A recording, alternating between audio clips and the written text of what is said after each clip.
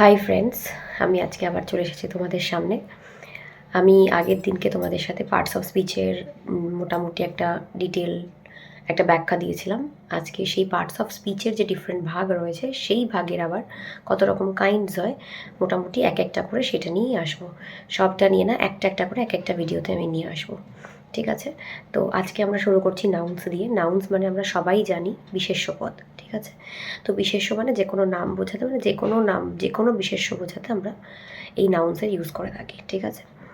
তো আজকে আমি ফার্স্ট নাউনের যে ভাগটা নিয়ে আসছি সেটা হচ্ছে প্রপার নাউন বা নাম। যে কোনো any thing that has a name, তার মানে হচ্ছে কি, ধরে নাও একটা কোনো মানুষের নাম, একটা কোনো প্রাণীর নাম, একটা কোনো মনুমেন্টের নাম, কোনো রিভারের নাম, যে কোনো টাইপ অফ নামকে আমরা প্রপার নাউনে ফেলতে পারি। যেরকম ধরো রীতা, সীতা, গীতা, মিতা, তাজমহল, আগ্রা, আগ্রা ফোর্ট, মানে যদি ফোর্টে কোনো নাম থাকে, কুতুব মিনার যেরকম মনে করো, ঠিক আছে? বা রিভার গঙ্গা, এই টাইপের যে কোনো মনুমেন্ট, বা যদি কোনো অ্যানিমাল থাকে তার যদি কোনো নাম হয়ে থাকে, যেরকম অনেক ডগের নাম হয় টাইগার, টমি, তো এই জাতীয় যে নামগুলো হয়, এনি টাইপ অফ নেম, সেটাকে আমরা প্রপার নাউনে নিয়ে এসে ফেলি, ঠিক আছে?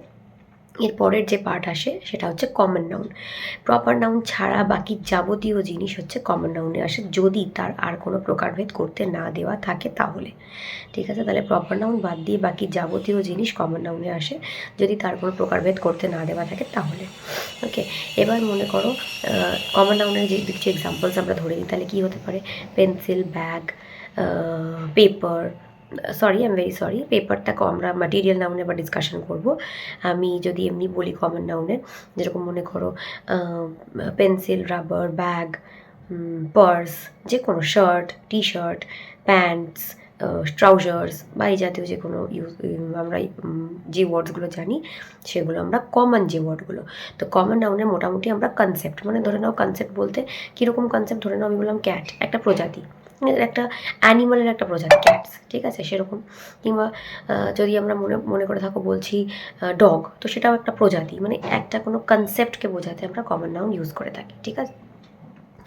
এবারে চলে আসছি আমরা থার্ড পার্টে, সেটা হচ্ছে অ্যাবস্ট্র্যাক্ট নাউন। অ্যাবস্ট্র্যাক্ট নাউন কী জিনিস হয়? অ্যাবস্ট্র্যাক্ট নাউন হচ্ছে যে কোনো ফিলিং বলতে যেটাকে আমরা ছুঁতে পারি না কিন্তু আমরা ফিল করতে পারি, আমরা সেটাকে হাত দিয়ে টাচ করতে পারবো না। যেরকম মনে করো হ্যাপিনেস, স্যাডনেস, তারপরে মনে করো যে কোনো এই টাইপের চাইল্ডহুড, অ্যাডাল্টহুড, এই জাতীয় যে ওয়ার্ডসগুলো থাকে সেগুলোকে আমরা, যে অ্যাডাল্টহুড মানে প্রাপ্তবয়স্ক যেটাকে আমরা বলতে পারি, বা মনে করো বলতে পারি ছোটোবেলা যেটাকে আমরা বলি ছেলেবেলা, সেগুলোকে আমরা টাচ করতে পারি না, আমরা ফিল করতে পারি, যেটা ছোটোবেলা ছিল, যেটাকে আমরা ফিল করতে পারি, সেগুলোকেই আমরা বলি অ্যাবস্ট্র্যাক্ট নাউন। দেন চলে আসছি আমরা কালেকটিভ নাউন। কালেকটিভ নাউন কী জিনিস হয়? কালেকটিভ নাউন হচ্ছে গুচ্ছ, কালেকশন, বুঝতেই পারছি শুনে আমরা। Group of people, group of boys, team of players, class of students, এই জাতীয় যে ওয়ার্ডসগুলো থাকে সেগুলোকে আমরা কালেকটিভ নাউনে ইউজ করতে পারি। দেন চলে আসছি আমরা material noun. Material noun normally কীরকম হয়? মাটেরিয়াল নাউন তুমি বলতে পারো যে কমন নাউনের মতনই, ঠিক আছে?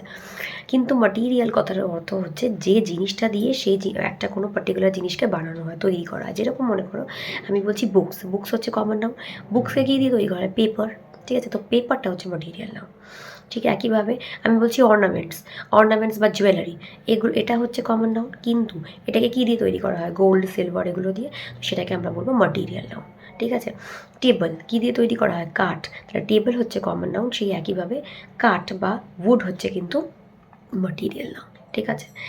এছাড়াও আরও বেশ কিছু নাউন্স হয় যেগুলো আজকে আমি বলবো, যেগুলো তোমাদের নর্মালি শেখানো তো অনেক স্কুলে তো নর্মালি হয়ই না, ছেড়ে দেওয়া খুব কমই হয়, খুব কম স্কুলেই হয়, আর তোমাদের সিলেবাসও খুব একটা বেশি সেটার করে ইনক্লুশন থাকে না। তাও আমি জাস্ট বলে দিচ্ছি, যেহেতু নাউনের আমরা ভ্যারাইটি নিয়ে কথা বলছি আজকে। তো আরেকটা যে নাউনের আমরা কনসেপ্ট নিয়ে আজকে কথা বলবো সেটা হচ্ছে কম্পাউন্ড নাউন্স। কম্পাউন্ড নাউন্স কী হয়? কম্পাউন্ড মানে হচ্ছে দুটো ওয়ার্ডসের, দুটো নাউনের যোগফল, কম্পাউন্ড, ঠিক আছে? যেরকম হতে পারে, যেরকম স্কুল টিচার, স্কুলটাও কমন নাউন, টিচারটাও কমন নাউন, দুটোকে মিলিয়ে স্কুল টিচার। ধরে নাও কেক শপ, ঠিক আছে? কেক শপ, তো কেক শপ হতে পারে, কেক হচ্ছে একটা কমন নাউন, শপ, ঠিক আছে? শপ হচ্ছে আরেকটা কমন নাউন, তো এটাকে আমরা কম্পাউন্ড নাউন্স বলে থাকি। তো কম্পাউন্ড নাউন্স ছাড়াও আমাদের একটা পার্ট হয়, সেটা হচ্ছে কনক্রিট নাউন্স। অনেক জায়গায় থেকে থাকে, তোমরা দেখেছো হয়তো। কনক্রিট নাউন্স কী জিনিস হয়?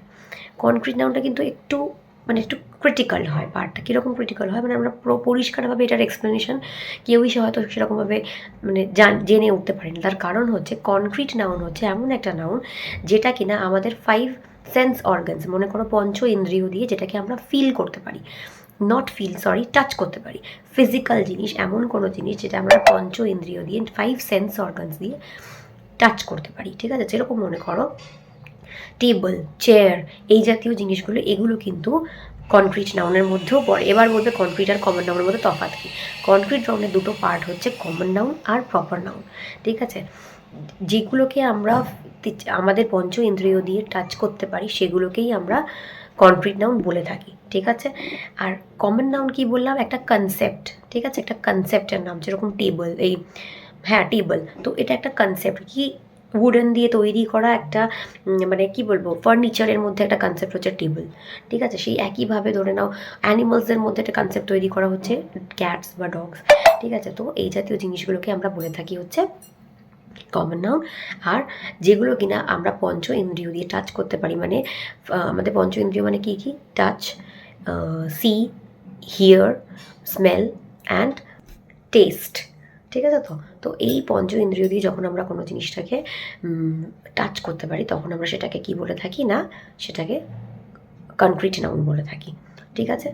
তো এরপরের যে পার্টটাতে আসছি সেটা হচ্ছে সিঙ্গুলার নাউন, ধরে নাও, ঠিক আছে? তো এটা আমরা অন্য একটা পার্টে সিঙ্গুলার নাম্বার, প্লুরাল নাম্বার দিয়ে পড়ে থাকি। নর্মালি সিঙ্গুলারের এই নাউনের মধ্যে এই দুটো পার্ট আসে, সেটা হচ্ছে সিঙ্গুলার নাউন আর প্লুরাল নাউন। তো সিঙ্গুলার নাউনকে কি কাকে বলা হয় তোমরা সবাই জানো। সিঙ্গুলার নাউন হচ্ছে যে কোনো একটা পার্টিকুলার জিনিসকে বোঝাতে আমরা সিঙ্গুলার নাউন ইউজ করে থাকি। একের বেশি যখন সেটা হয়ে যায় তখন সেটাকে আমরা প্লুরাল নাউন বলে থাকি, তাই তো? যেরকম সিঙ্গুলার আ বয়, তাই তো? যেরকম মনে করো প্লুরালে হতে পারে, আমরা বলতে পারি বয়েজ, তাই তো? গার্লস বা এই জাতীয় জিনিসগুলো বলতে পারি। তো সেগুলোকে আমরা সিঙ্গুলার আর প্লুরাল নাউন বলতে পারি। এছাড়াও তোমাদের আরও দুটো পার্ট থাকে যেগুলো হয়তো তোমরা স্টেপ বাই স্টেপ পড়ো, সেটা আমি নাউন্সের মধ্যেই বলছি কারণ ওটা নাউন্সই বলা হয়। একটা হচ্ছে কাউন্টেবল নাউন আর একটা হচ্ছে আনকাউন্টেবল নাউন। তোমরা শুনেইছো, বা নন কাউন্টেবল নাউনও বলতে পারো। তো কাউন্টেবল নাউন্স কী হয়? যেগুলোকে আমরা কাউন্ট করতে পারি, যেরকম মনে করো বুকস কাউন্ট করতে পারি, পেন্সিলস কাউন্ট করতে পারি, যেগুলোকে কাউন্ট করতে পারি। যেগুলোকে নন কাউন্টেবল আর আনকাউন্টেবল কাকে বলা হয়?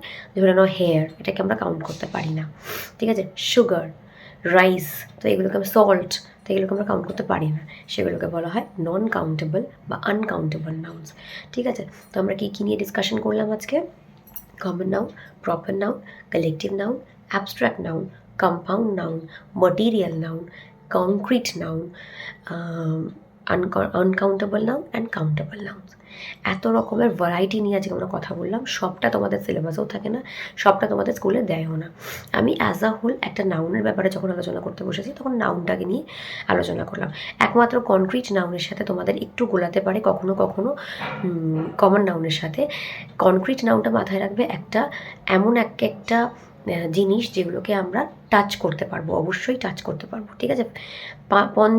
আমাদের যে ইন্দ্রিয় রয়েছে সেই পঞ্চ ইন্দ্রিয় বা 5 সেন্স অর্গানসের দ্বারা আমরা সেটাকে টাচ করতে পারি। ফিজিক্যাল কোনো অবজেক্ট, টাচ যদি নাও করতে পারি, ফিজিক্যাল কোনো অবজেক্ট, এমন কোনো অবজেক্ট যেটা কিন্তু ওই অ্যাবস্ট্রাক্ট নাউনের মতো হবে না, মানে কাইন্ডনেস, স্যাডনেস এরকম নয়, যেটা ফিজিক্যাল একটা তার রূপ রয়েছে, ঠিক আছে? এটা কনক্রিট নাউন, যেটা আমরা পঞ্চ ইন্দ্রিয় দ্বারা টাচ করতে পারি, ঠিক আছে? আর অ্যাবস্ট্রাক্ট নাউনের সাথে কিন্তু গুলিয়ে ফেলো না এগুলো, ঠিক আছে? মানে এই কনক্রিট নাউনকে অনেক সময় গুলিয়ে যায়, যে পঞ্চ ইন্দ্রিয় দিয়ে যখন করতে পারি তখন তো সেটাকে ফিলিংসটাকেও বলতে পারি না, ফিলিংসটা কিন্তু অ্যাবস্ট্রাক্ট নাউনেই আসে।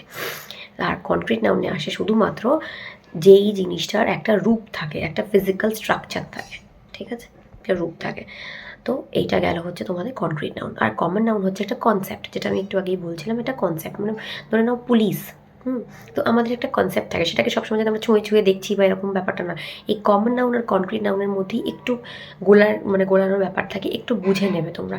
কনক্রিট নাউন কিন্তু দু রকমের হয়, একটা কমন একটা প্রপার, ঠিক আছে? আর প্রপার নাউন বলতে আমরা শুধুমাত্র নামই বুঝি। কমন নাউন বলতে আমরা অ্যাজ আ হোল, মনে করো সেটা ডগ হতে পারে, সেটা ক্যাট হতে পারে। আর কনক্রিট নাউনের মধ্যেও কিন্তু সেই ডগ ক্যাটটা আসতে পারে, ঠিক আছে? সুতরাং কনক্রিট আর কমন নাউনের মধ্যে কিন্তু মোটামুটি অলমোস্ট এই দুটো কাছাকাছি, সেম, অলমোস্ট একদম সিমিলার বলবো না, কিন্তু অলমোস্ট সিমিলার, ঠিক আছে? আমাকে অবশ্যই কমেন্ট করে জানিও তোমাদের তারপরেও বুঝতে কোনো অসুবিধা থাকলে। আর তোমাদের যাবতীয় আজকে যা ডিসকাশন হলো সবটাই আমি ডেসক্রিপশন বক্সে দিয়ে দেবো। তারপরেও যদি কোনো সমস্যা থেকে থাকে তাহলে অবশ্যই আমাকে কমেন্ট বক্সে জানিও। আর ভিডিওটি ভালো লেগে থাকলে অবশ্যই লাইক এবং শেয়ার করো তোমার বন্ধুদের সাথে। চেষ্টা করব তোমাদের এই ইংলিশের ব্যাপারে যে ভীতিটাকে সেটাকে চেষ্টা করব অনেক সহজ পদ্ধতিতে কী করে কাটিয়ে তোলা যায়। ঠিক আছে, তোমরা আমার ভিডিও চ্যানেলটাকে সাবস্ক্রাইবও করে দিও। ঠিক আছে, যদি তোমাদের আরও নতুন আরও অনেক ভিডিও পেতে চাও যাতে তোমাদের ইংলিশের প্রতি এই যে ভয়টা সেটা ধীরে ধীরে কেটে যায়। ইংলিশটা খুবই সোজা একটা সাবজেক্ট, এমন কোনো কঠিন জিনিস না। সেটাকে যত সোজাভাবে নেবে, যত ভালোবাসবে, ততই বেশি তোমাদেরও সব জিনিসটাকে আরও বুঝতে সুবিধা হবে। ঠিক আছে, টাটা আজকের জন্য। দেখা হচ্ছে আবার পরের ভিডিওতে। টাটা।